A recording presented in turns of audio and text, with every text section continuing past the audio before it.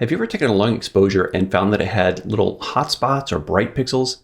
These random defects need to be removed so they don't spoil the image, and thankfully there's a very quick fix in Photoshop. I've opened up an image that I've already completely edited, and I chose this image because it has some very nasty hot pixels, which we'll get to in just a second, but I first want to acknowledge the edit overall. It's too complicated. If you look at the different groups, there's just so much going on here. It's too complicated to go and recreate this for a YouTube video, but I just want to give you a sense of what was done here.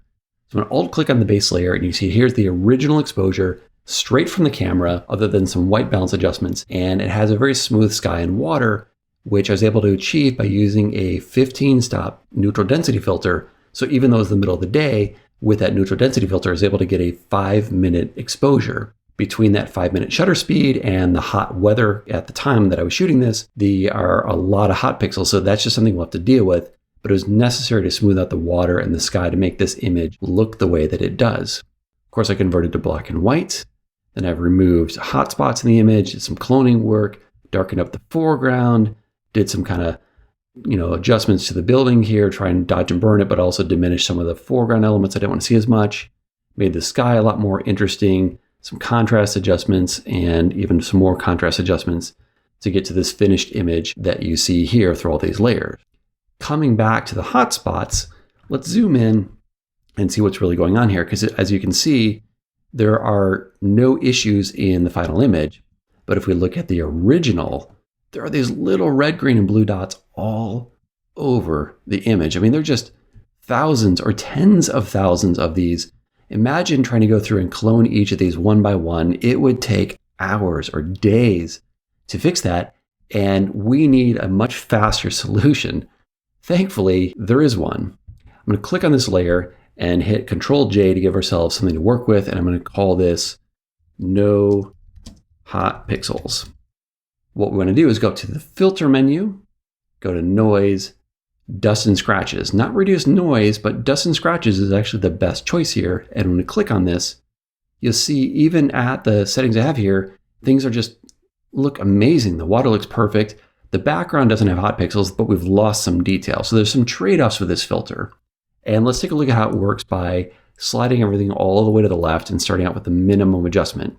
So at the minimum here, you can see it's still done something from before to after. It's actually taken care of a fair bit of the hot pixels, at least knock them down. I'm going to zoom in even further so you can really see what's going on from before to after. So what's happening with this radius is we're essentially blurring the image to eliminate these hot pixels. And as we go to higher radius amounts, you get more and more blur. So the goal here is to find the smallest radius that takes care of the problem. Anything above that is just reducing detail. So a radius of 2 is really fixing pretty much everything with the exception of a few really nasty ones like this. I'd rather come back with a clone tool on a few hot pixels and fix them than blur things too much. So a radius of 2 is all I need, and it's all I'm going to use here. But we've still lost the grain and detail in the image. That's what threshold is for. Threshold is looking at the minimum amount of noise before we start to attack things. So if we bring this up, we get a little bit more detail. And as we go further and further, we're getting more and more of the detail back. But of course, we're also getting back the hot pixels. So the key on radius was the smallest number that gets rid of the hot pixels. And the key on threshold is the smallest number that doesn't bring them back. So going to the right gives us detail, but it also gets back the hot pixels. So if we come back down here until we've gotten rid of the hot pixels, just barely, that's going to be what we want. And I think 6 is good, 8's good. So, right in that, 6 to 8 range seems to work really well for this image. So I'm going to stick with 8. And you can see how nicely we've cleaned the water.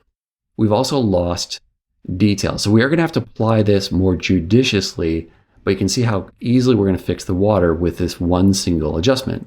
So we'll just click OK.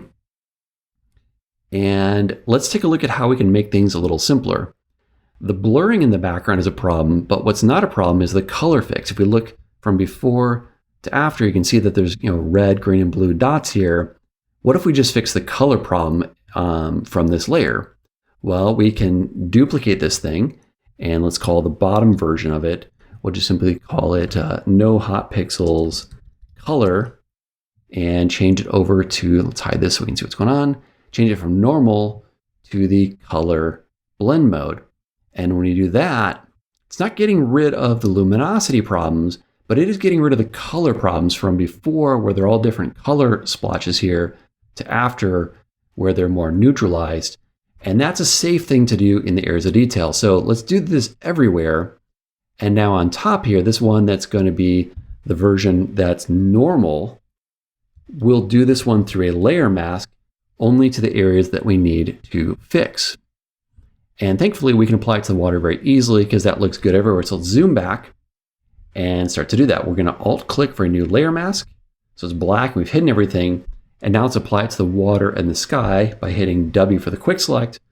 Click and drag to select that foreground water. I'll hold the Alt key and come back. So Alter option is going to let us go to minus mode, and I can remove the bridge, grass, and other areas of detail that got caught up in that first quick select.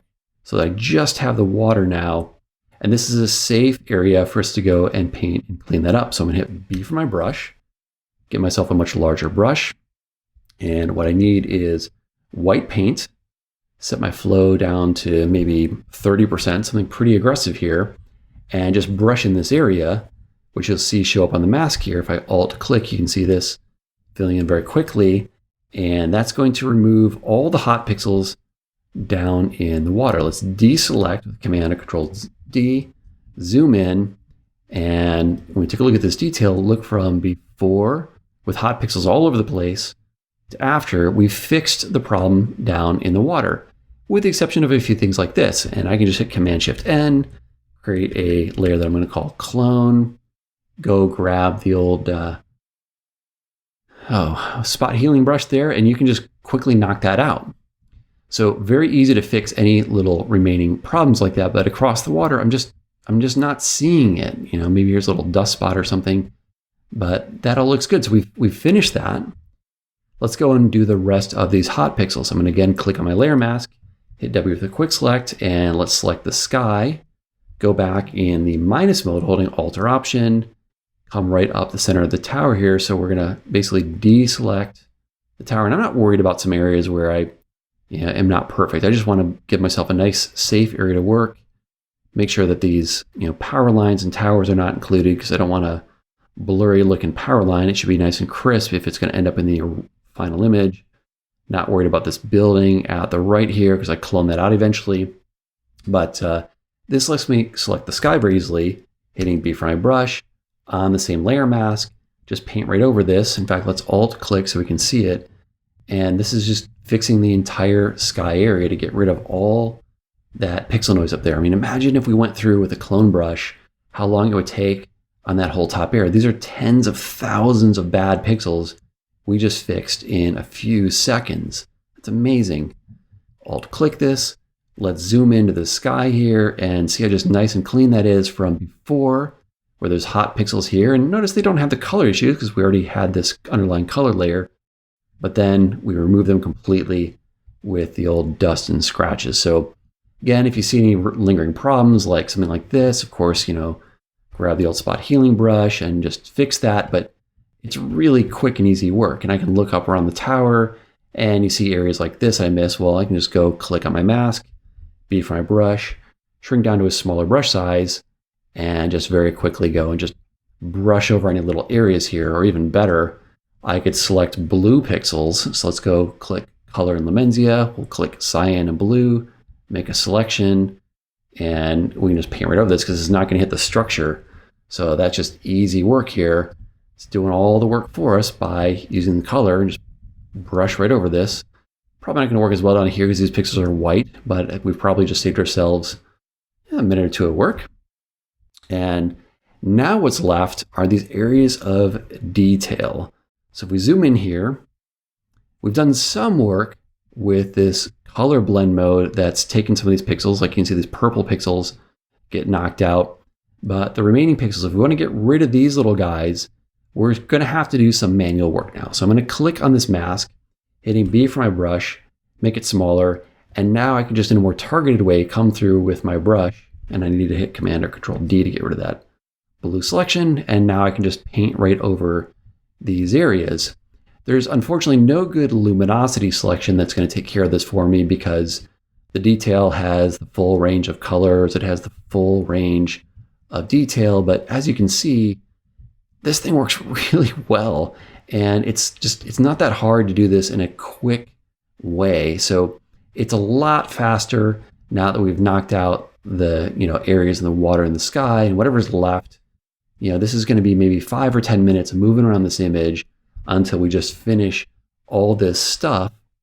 And then we can move on to all the more interesting parts of this edit and get ourselves to our finished image. Now click into this next video to learn more about using luminosity mask to make beautiful black and white images.